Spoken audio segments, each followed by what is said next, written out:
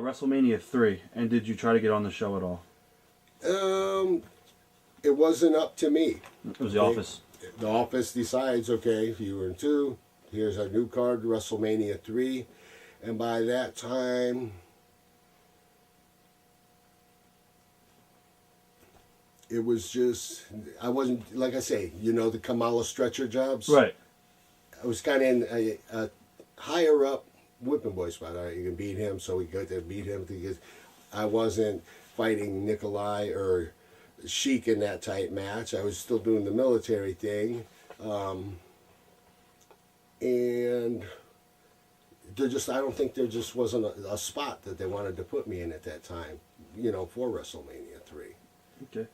Why do you think you weren't pushed as much after the Sheik and Volkov feud? It's the military thing. Right. Okay, that was natural heat. We'd done it for 2 years. Kirchner's going to fight with George or Tito or whoever with that. And it went kind of stagnant for a while right there. It wasn't up to me to make the match. It's up to the office. What I want and what they want, I can't, Right. 2 different things. Hey, I think this would work good. Well, this is what we want you to do. I think you also worked Honky, down in Florida in '87. You subbed for Jake. How did that come about? You told me, hey, you're in there with the honky tonk. Easy man. match? Yeah, Honky wasn't going to dazzle you with his wrestling moves. He was more working on the gimmick thing too.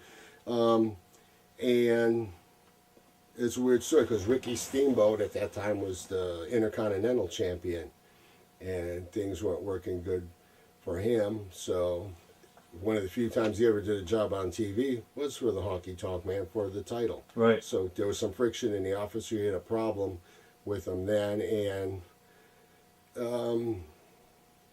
Vince's idea was, I have the best talent in the world. Egos are starting to get here and here. Guys, I want this, and Vince let you know that he was in charge.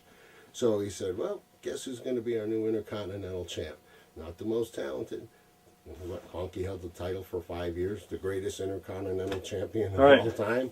So that puts him, who's he going to beat? He's going to beat everybody, which they did Saturday Night Main Event, and I think his Shake, Rattle, and Roll or something did the job for him. But they tell you, what are you going to say? No, I'm not doing a job. I can outwork this guy.